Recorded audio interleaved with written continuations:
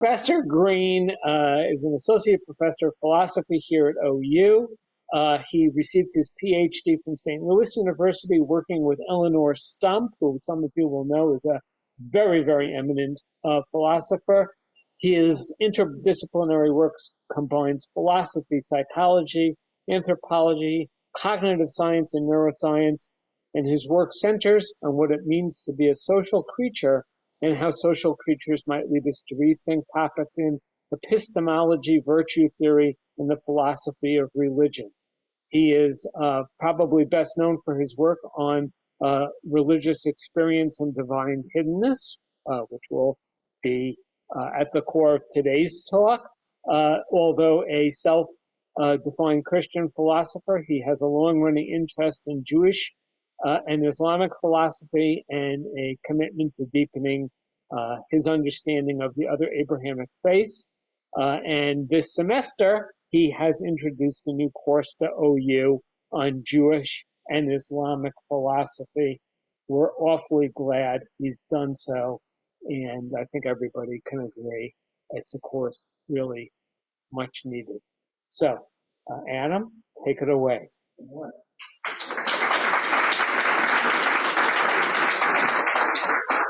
Okay, so as Alan noted, somewhat overambitious talk. We'll see. I'm not going to spend too much time on any given slide, but happy to make the slides available later. So we're just going to move a little bit. Okay, so the top line, of course, is from Habakkuk there, and you might think that arguments against God's existence tend to come in two flavors, and these two flavors have been with us a very long time. If you want to give them a label, you might say the first is the problem of suffering, the problem of pain, the problem of the presence of certain elements of life that we would not expect if God exists. And then you might think the other flavor is the absence of things we would expect if God exists. Evidence, a sense of presence, things of this sort. So the problem or problems of absence have been with us for a very long time.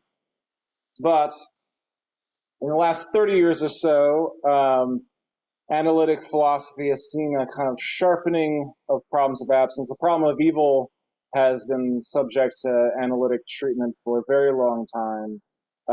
Problems of absence a bit less so. So J.L. Schellenberg, in particular, there's other folks, but he's the most famous one, is known for trying to take that phenomena of divine absence, or the various different types of divine absence, and give a certain rigor to how we look at it to yield an argument that God does not exist.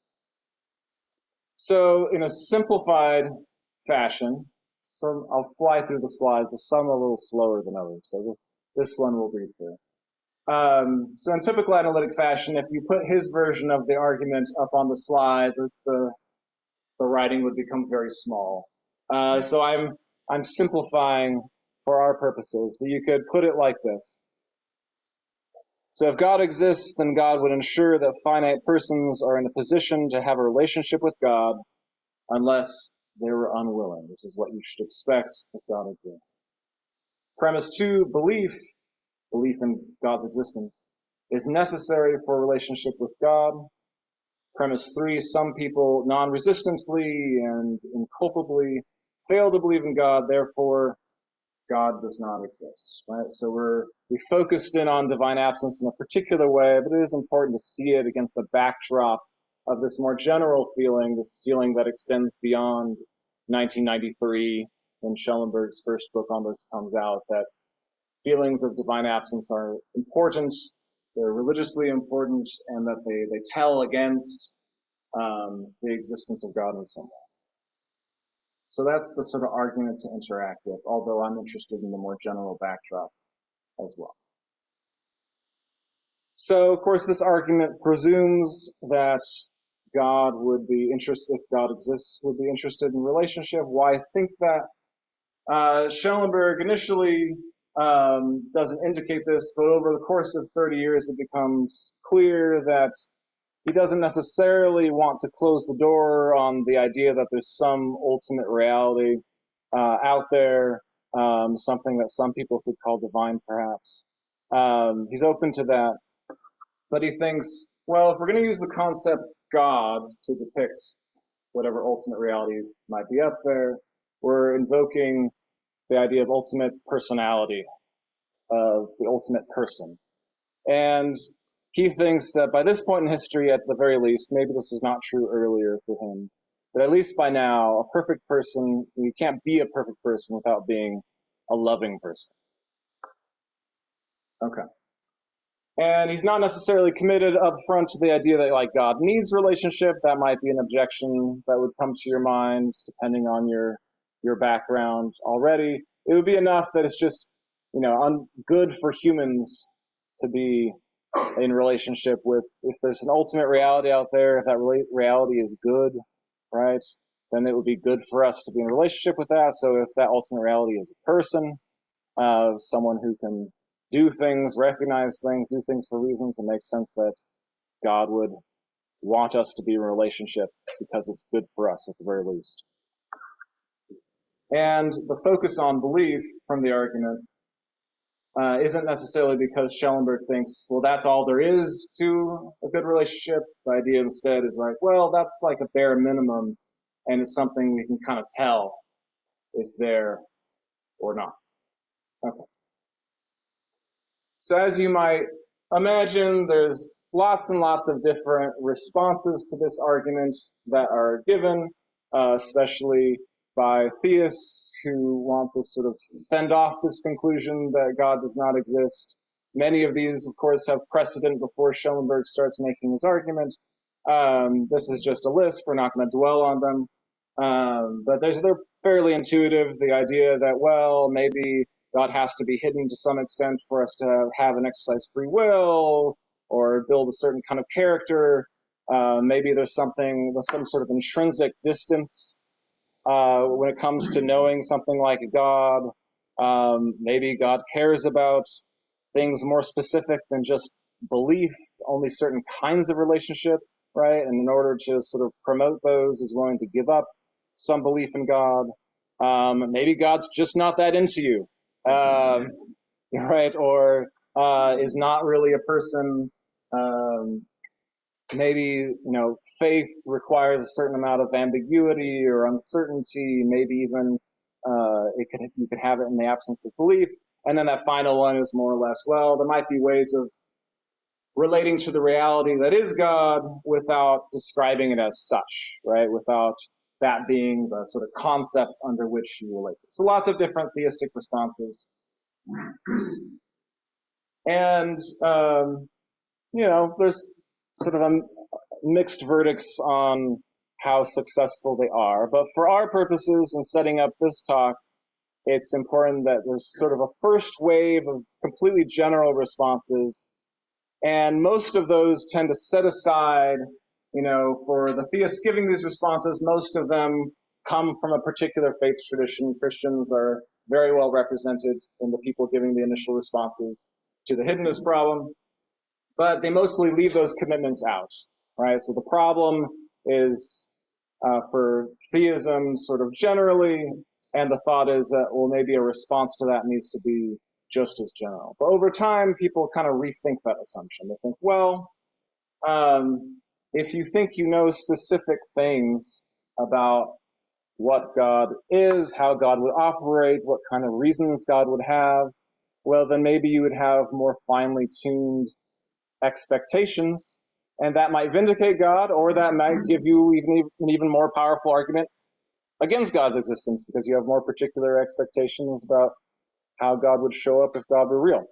So over time, there becomes a sort of openness to responses that are based in particular faith traditions. Most of this is taken up by Christians. Here's one good example. I swear I didn't on purpose, pick a picture of Schellenberg that makes him look a bit more like a zombie. Or it's like, Mike Cray, I give him a hug. This must be the good guy. Like, that was not on purpose. But so Mike Cray, there's a lot more specifically Christian responses than just this one, but his is especially well known. So he's coming from a kind of reformed tradition within Christianity. in which that epistemic distance response is going to be really filled out and motivated and sort of very connected theologically to a whole bunch of different stances. Okay. So all that by way of setup. So the question is, well, what happens when we move to other faith traditions, to theist traditions that are not Christian? What sort of resources can we draw in from there? And some of the very first attempts to mine other traditions actually come from a 2015 book that I edited where I recruited people. I said, please write on this from your faith tradition. And there's been a bit more since then of Jewish and Islamic authors, but not that much as yet. Certainly not as much as on the Christian side. So there's various things that have been written about the silence of God or the hiddenness of God that like maybe can be connected, but not necessarily stuff that's aware of the analytic literature, that's aware of this argument, that's trying to build a bridge. So like one of my favorite books that's related is like Moshe Halbertal's Concealment and Revelation. Really cool, interacting with traditions of esotericism in the Middle Ages, but like he's not trying to connect it with this stuff. Okay, so basically there's been 3 articles total that have tried to connect strains of the Jewish traditions with this argument. So very, very quickly, here's what they are. So here's my friend Yehuda, who is the chap I recruited to try and represent Judaism in this book from before. And he's got this interesting piece where he elected not to focus quite so much on Schellenberg. So he focused more on Hegel, I guess. Hegel was more exciting. So Hegel has this traditional critique of Judaism, which more or less goes like this. The Jewish God is so remote. The concept of God as infinite and other is so remote, you can't possibly have a relationship with that God. By contrast, my very confusing, Christian conception is so much more superior, basically. So Hegel, if you don't know, is famously opaque, but more or less, in a nutshell, he takes the incarnation, right, the idea that the infinite God enters history, and then instead of making that a particular event, he makes that kind of the pattern for how things go. So his sort of, the infinite God is sort of realizing its absolute nature through the complicated way that history progresses. I've just made Hegel way more intelligible than you've probably ever heard it before, but I'm not going to go any deeper into that. Because the main point is that Hegel famously thinks he has a way of explaining how an infinite or an absolute God could be such that human beings could relate to it.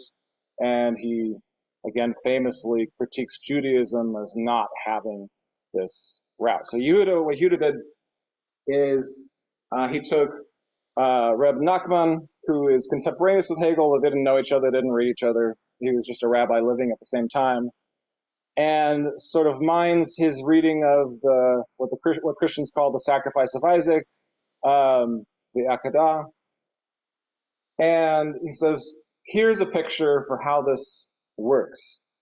The point of this episode on Mount Moriah with Abraham and Isaac, the point of this story isn't that,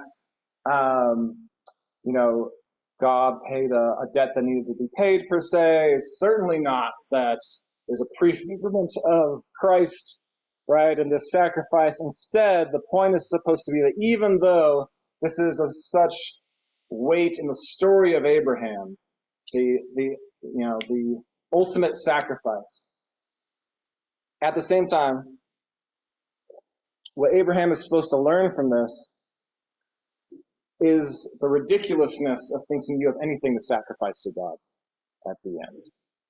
That at the end, Abraham basically should laugh, should realize that even though from within his story, he was thinking of it as this dramatic sort of personal sacrifice, at the end of the day, we have a sort of a shift of perspective, and he's put in a position to realize that God is so transcendent, so other, that even our utmost sacrifice isn't the sort of thing that could do anything for God, right? And Nachman's perspective is how we, according to Yehuda, is how we relate to God is through longing, is through a sort of orientation of realizing how good God is, and yet also realizing that that longing is never going to be dismissed in a way, because you can't have the infinite God the way you can have other things. And yet, the best humans can do is to be in this, consumed by this perpetual state of longing and affection.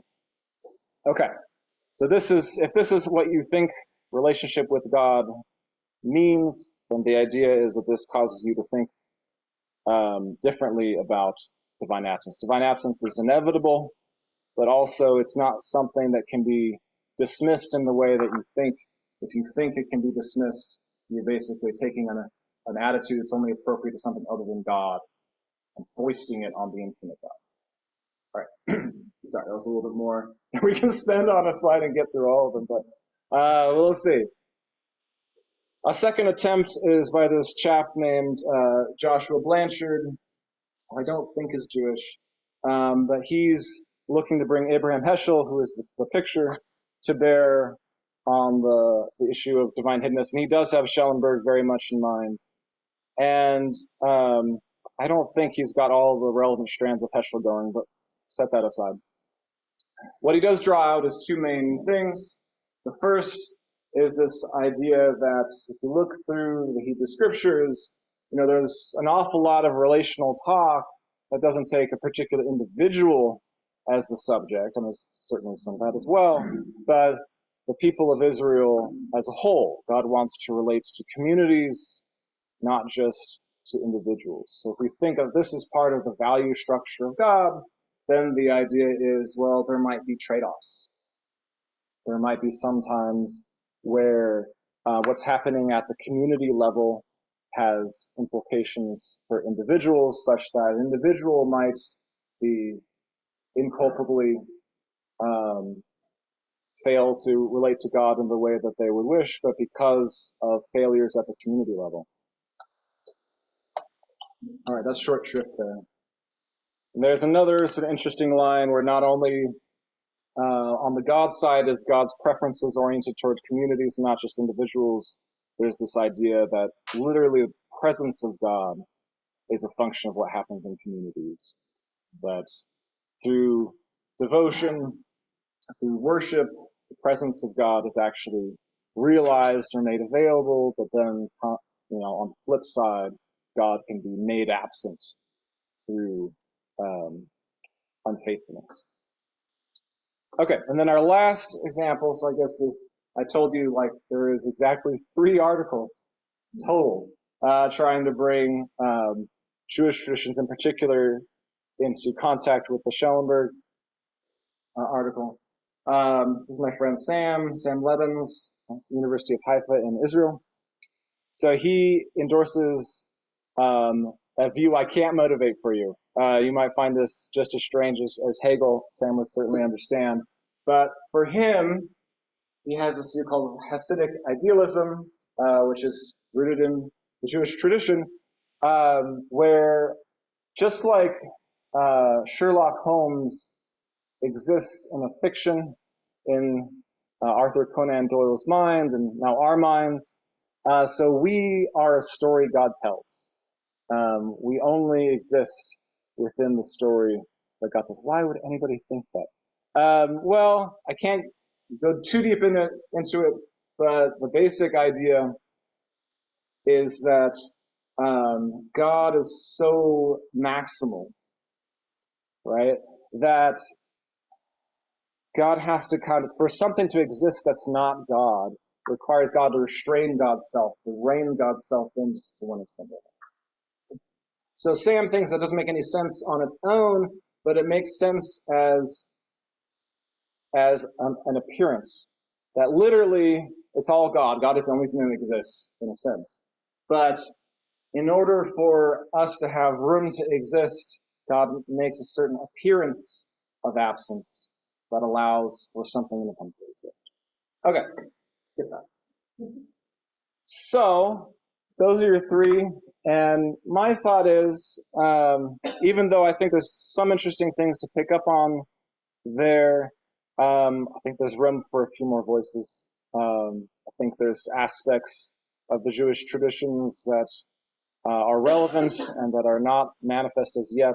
So in our remaining time, I'm going to try to draw out what a particular voice. I think there are certain things that extend beyond this one figure that are sort of common features in Jewish authors in particular. But I'm going to focus on Martin Buber in the remainder. Now, you might think Buber is an odd person, if you know his stuff at all. You might think he's an odd person to interact with when it comes to divine hiddenness, because you might think that God's just not hidden for Martin Buber, because he's always talking about the I-thou relationship, right? And God is the most important thou. So you might think, well, if this is our experience of God, and if it's super common, there is no divine hiddenness. But I think when you actually look more closely at Buber, there's more to be seen. And in particular, if you look at the progression of his thought, there's more to be seen. So if time permits, I'm going to try to get through a little bit from I and Thou, his major work from 1923, his less well-known work, Eclipse of God, 1952, and then some of the stuff that comes after that that does not figure in a main work. So here's the first thing I want to convey about how we can bring Buber into interaction with divine hiddenness. And that's, you might think, I and Thou, Buber must be about these sort of ecstatic religious mystical experiences. And indeed, that's where he starts. That's where he starts before I and Thou. But interestingly, it's a repudiation of that that sets the stage for his work in I and Thou. How he puts it here on the slide is he decides to move away from exception, extraction, exaltation, and ecstasy.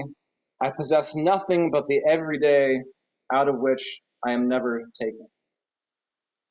Okay. So when he gets in 1923 to writing I and Thou, and especially in part 3 of that work, talking about relating to the eternal Thou, which is God, it's not necessarily in some mystical, out of the ordinary sort of vein per se. Instead, the idea is that relating to God is in having a sort of I-thou experience with you or with the tree. He has a really long passage about I-thou and the tree, right? Or so many different things.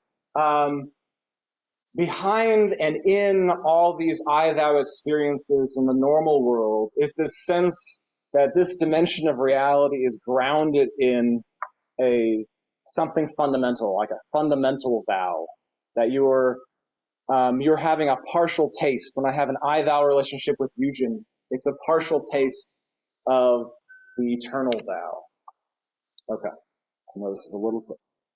So there's already a little bit of a mediation here, a partial hiddenness, a behindness in the eternalness. And none of that. Here's a little quote. Men do not find God if they stay in the world. They do not find him if they leave the world. Of course, God is the holy other, but he's also the holy same, the holy present. Of course, he is the mysterium tremendum that appears and overthrows, but is also the mystery of the self-evident, nearer to me than my eye. If you explore the life of things and of conditioned being, you come to the unfathomable.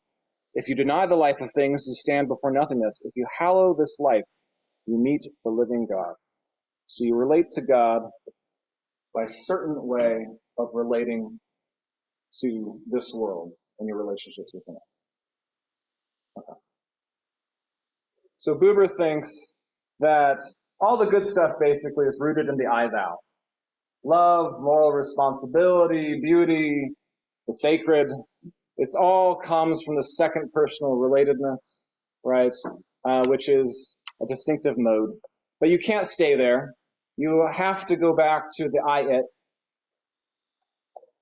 the way of relating to things as it's a particular kind of thing that operates by particular sort of causal laws, according to particular nature, right? And in virtue of the predictability of that thing, I'm able to navigate my life with it, instrumentalize it, or avoid it impinging on my life in ways I don't want.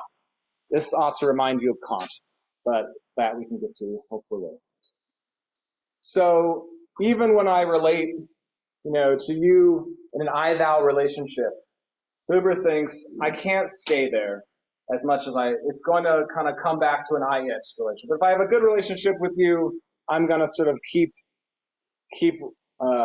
bringing it back, keep moderating my I-it relation. Okay. The thing is, with the eternal thou for Buber, God is the only kind of object for him where an I-it relationship is always inappropriate. You cannot know God quid est, to quote Aquinas. It's inappropriate to think you can get your mind around the kind of thing God is. You can figure out the logic of God, the inevitable causal relationships by which God operates, that you can try to avoid God impinging on your life in ways you don't want or instrumentalize God for your ends. Always inappropriate. And yet at the same time,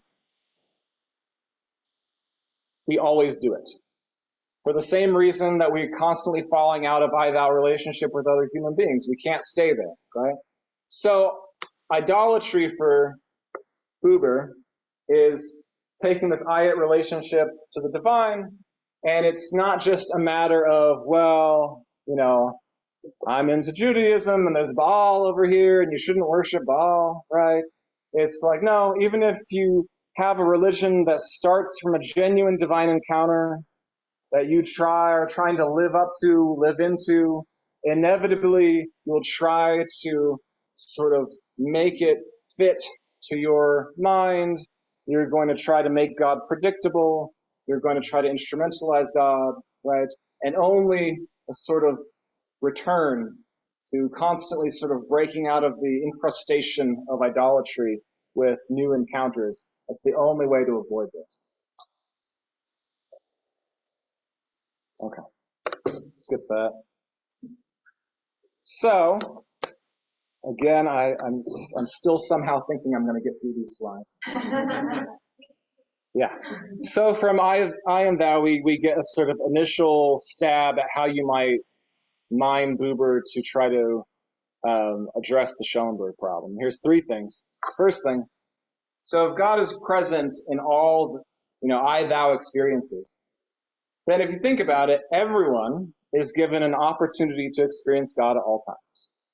All right? So part of the Schellenberg idea is like, God's not going to leave some people on the outs, bereft, right?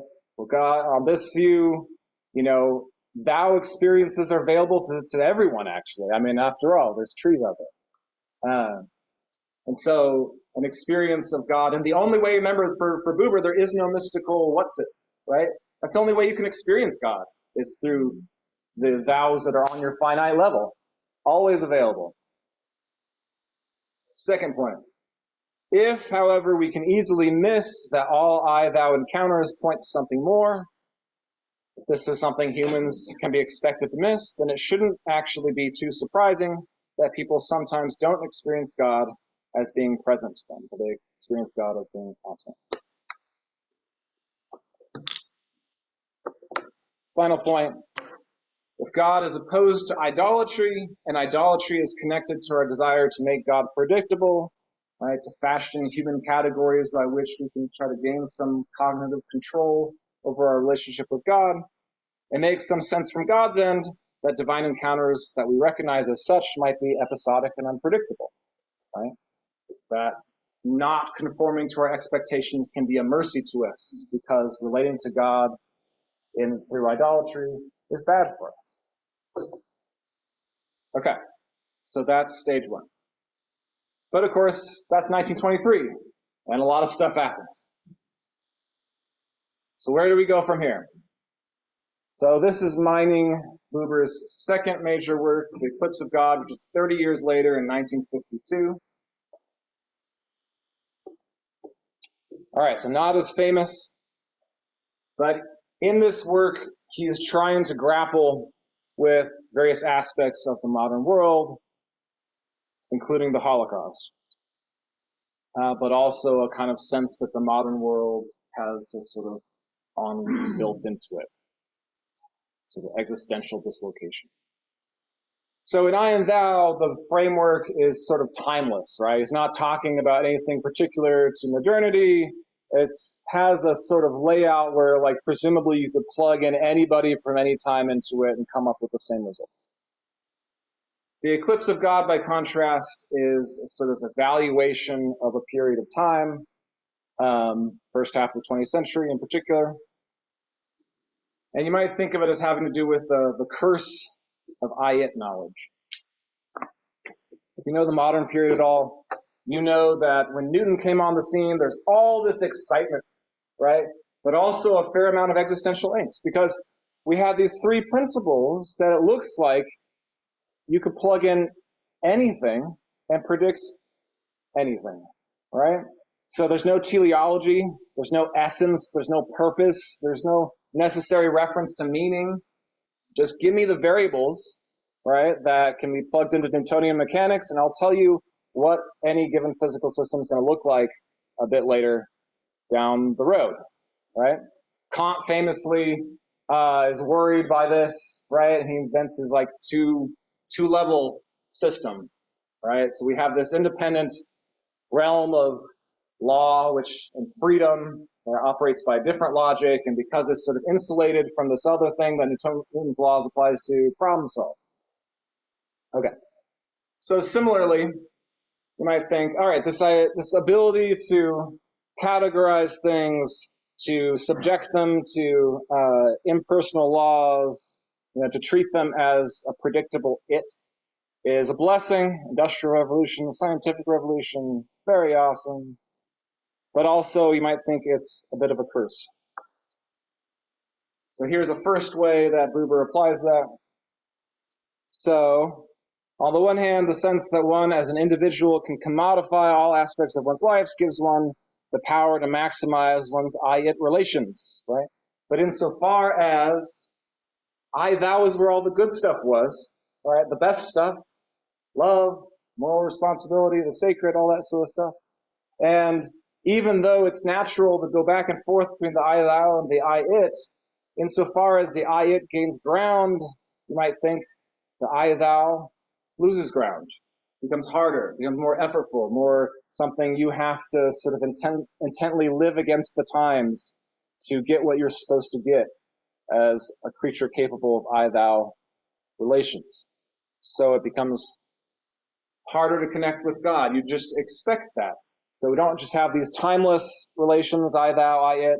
We also have an expectation that the nature of the times is such that you ought to experience the absence of God more. But of course, there's also this other aspect where the experience of Shoah, the Holocaust, is this thing he's grappling with as a Jewish person in particular.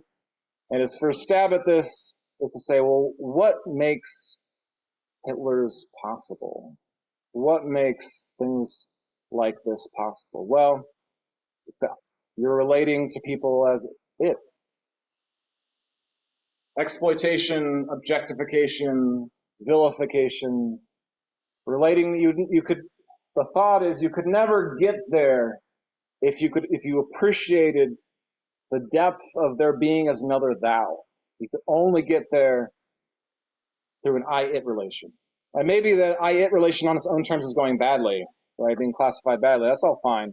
But nonetheless, he's making this connection that if you think modernity, its blessings and its curses, involves this sort of expansion of I-it as a means of relating to the world, then one place this is going to show up is making horrors available in a way that they were not previously. Okay. So it's not as simple as a typical analytic deny premise one, but the terms I've highlighted, I would have gone into this more if I hadn't been quicker, but the idea is that this background that we get from I and thou plus the eclipse of God gives us a kind of new perspective on the terms I've highlighted, such that the argument maybe appears a bit different than it did initially.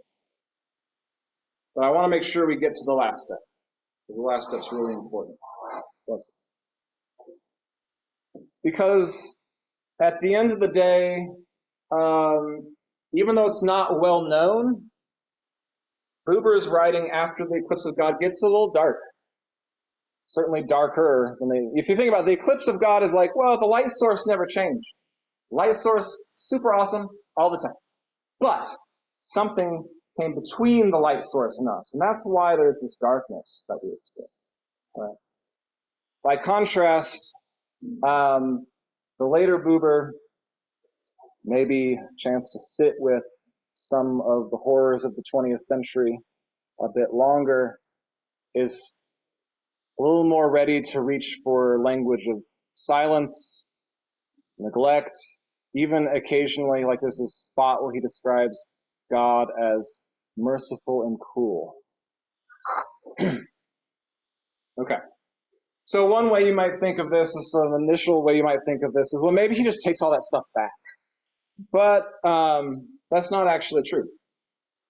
Because none of the things that led him to generate the response to divine absence that we get out of the first two works is something he pulls back.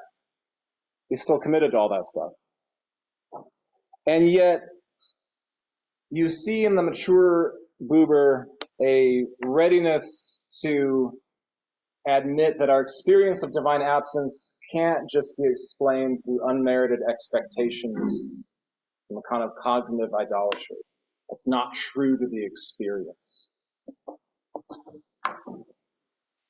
All right. And a lot of this is he doesn't necessarily always reference the Holocaust explicitly, but it's like right there between the lines. What he actually talks about is he goes back to scripture. He goes back to Job, goes back to Habakkuk. He goes back to these experiences of divine absence in the Old Testament, the Psalms, the Hebrew scriptures, betraying my Christianity again. And he draws out that, like, these aren't just mistakes. Like, my God, why have you forsaken me in Psalm 22? It's not just a religious mistake. That's an important datum in a religious sensibility. It's an important part of religion to own that aspect of it. All right. So in Scripture, he sees these oscillations. There are times where the divine encounter comes easier, and there's times where it's harder. And all the stuff, all the explanatory apparatus that is in the first two works is still in play, but nonetheless, part of the experience is, even if there is an ultimate explanation, even if it is due to communal failure in that Heschelian sense, I just invented a word, nonetheless, the experience of it is the experience of an unmerited absence. But he thinks that it is possible, viable, and indeed our only and best option in those circumstances to hold on in hope of that oscillation reversing, right? Because on the one hand, he basically comes to acknowledge that the interaction of those two problems in particular, divine absence and the problem of suffering, is such that you have to give back some of the ground to the problem of divine absence. On its own, maybe we have a good enough answer, books 1 and 2. But when you recognize just how much the problem of suffering makes the problems of divine absence worse, in particular when confronting the horrors of human history that the 20th century has made us so aware of, thought is the only honest thing to do is to give back some ground on the argument and admit this is evidence against, right?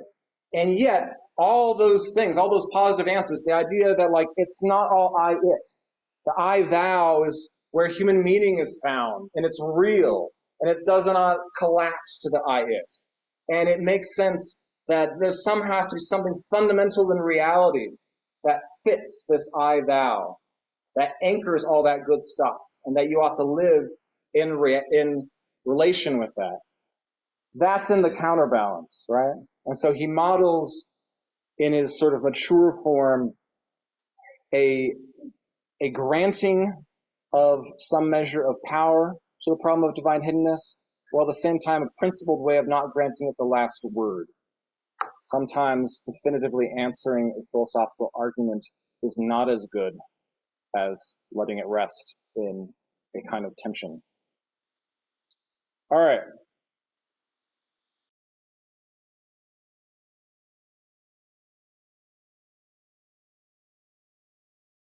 There are some references. Thank you.